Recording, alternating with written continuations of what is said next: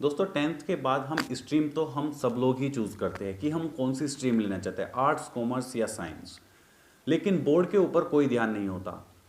एक board choose करना भी, अगर कोई बोर्ड जो है चेंज करना चाहता है अपना 10th के बाद, या फिर 10th से पहले कोई बोर्ड दूसरा लेना चाहता है 8th के बाद, 10th के बाद, तो वो भी एक बहुत ज़्यादा अहम मुद्दा है। तो उसमें भी चेंज करने के लिए हमको काफ़ी जो है ध्यान देना चाहिए कि कौन सा बोर्ड सबसे अच्छा है। तो इसी का कंपैरिजन वीडियो आज मैं लेकर आया हूँ। तो नमस्कार दोस्तों, मैं हूँ रवि और स्वागत है आप सभी का education of everything YouTube channel पर।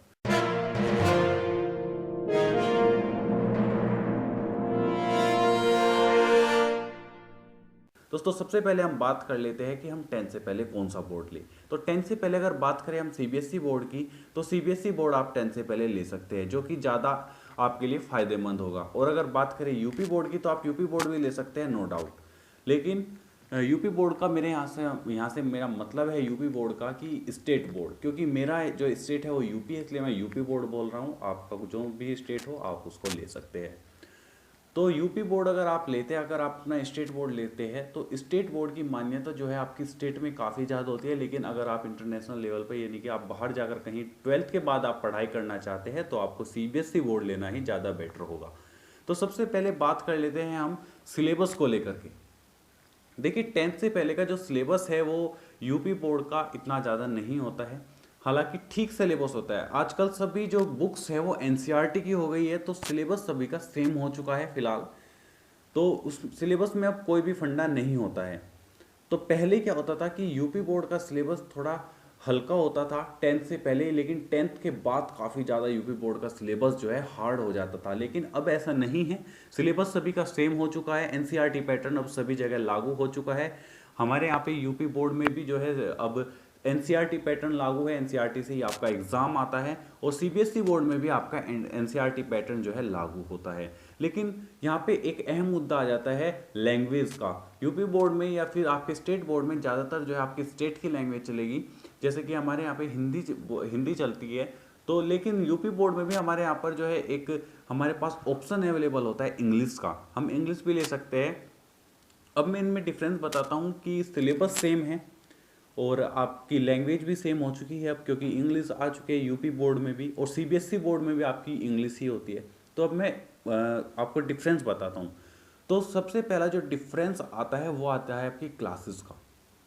देखिए ज़्यादातर यूपी बोर्ड के स्कूल में, या फिर ज़्यादातर स्कूल्स में जो यूपी बोर्ड के होते हैं या फिर स्टेट बोर्ड के होते हैं, वो गवर्नमेंट स्कूल्स होते हैं, उनमें क्लासेस इतनी अच्छी ज़्यादा नहीं होती है as compare to CBSE board. CBSE board में फैकल्टी थोड़ी अच्छी होती है, टीचर्स थोड़े आपके अच्छे होते हैं। तो ये एक मेन रीज़न है। बाकी अगर आपको आईआईटी जेईई की तैयारी करनी है, तो आप सीबीएसई बोर्ड के लिए जाए तो ज़्यादा बेटर होगा, ठीक है, क्योंकि उसमें सिलेबस आपको थोड़ा डीपली कवर कराया जाएगा। अगर बात करें हम यहाँ पे दूसरे नंबर पे जो है पेपर की, यानी कि एग्ज़ाम की, एग्ज़ाम किसका हल्का आता है, मार्क्स आप किस में ज़्यादा अचीव कर पाएंगे। तो मेरा मानना है कि मार्क्स आप जो है यूपी बोर्ड में या फिर आपके अपने स्टेट बोर्ड में जो है ज़्यादा अचीव कर पाएंगे। अगर आपको मार्क्स चाहिए, अगर आपको नंबर ज़्यादा लाने हैं, तो आप यूपी बोर्ड में जाइए या फिर अपने स्टेट बोर्ड में जाइए as compare to CBSE board. After 10th की मैं यहाँ पे बात कर रहा हूँ। अगर आपको मार्क्स ही चाहिए, अगर आप मार्क्स ही आपकी प्रायोरिटी है, तो आप बेशक अपने स्टेट बोर्ड पर जा सकते हैं। अब मैं आपको अपना एक्सपीरियंस शेयर करता हूँ। मैंने 10th जो है सीबीएसई बोर्ड से की है और 12th मैंने यूपी बोर्ड से की है। तो मैं आपको अपना एक्सपीरियंस ही शेयर कर रहा हूँ कि किससे मेरे को ज़्यादा बेटर लगा। मेरे फ्रेंड्स हैं, उन्होंने सीबीएसई बोर्ड से कवर की थी, बट उनके मार्क्स कुछ इतने ज़्यादा नहीं आए, और जबकि वो मुझसे ज़्यादा पढ़ते थे। तो ये एक मेन रीज़न है। तो मार्क्स अगर आपको लाने हैं, तो आप बेशक आप यूपी बोर्ड में जा सकते हैं या फिर अपने स्टेट बोर्ड में जा सकते हैं। अब बात करें कॉपी चेकिंग की। देखिए अगर आप थोड़ा सीबीएसई बोर्ड में थोड़ा भी इधर उधर लिखते हैं, तो कहते हैं कि आपको मार्क्स मिल जाते हैं, बट ऐसा नहीं है। आपको कुछ भी थोड़ा बहुत इधर उधर करेंगे अगर आप, तो आपको मार्क्स नहीं मिलते हैं। ये आप देखिए, मान सकते हैं मेरी एक बात, कि आपको मार्क्स इतनी जल्दी उसमें नहीं मिलते हैं। जब लेकिन मार्क्स आपको मिलेंगे तो आपको 100/100 भी मिल सकते हैं। आपके 99.9% भी जो है सीबीएसई बोर्ड में आपके मार्क्स आते हैं, बट यूपी बोर्ड में अभी तक इतने मार्क्स अचीव नहीं किए गए हैं कि 99.9% आपके मार्क्स हर कोई नहीं ला सकता, बट सीबीएसई बोर्ड में बहुत सारी रैंक्स आती है 90% से अबोव वालों की। बट यूपी बोर्ड में आपके जो है सीबीएसई जो यूपी बोर्ड में आपकी रैंक है 90 से अबोव वालों की, वो सिर्फ और सिर्फ गिने चुने बच्चों की आएगी। बट हाँ, पास सब हो जाता है यूपी बोर्ड में या फिर आपके स्टेट बोर्ड में, क्योंकि वो आपकी स्टेट बोर्ड है, उसको आपको पास थोड़ा करना उसका कंपलसरी सा हो जाता है। बट ऐसा तो नहीं होगा कि अगर आप कुछ भी नहीं लिखोगे तो आप पास हो जाओगे, ऐसा बिल्कुल भी नहीं होगा।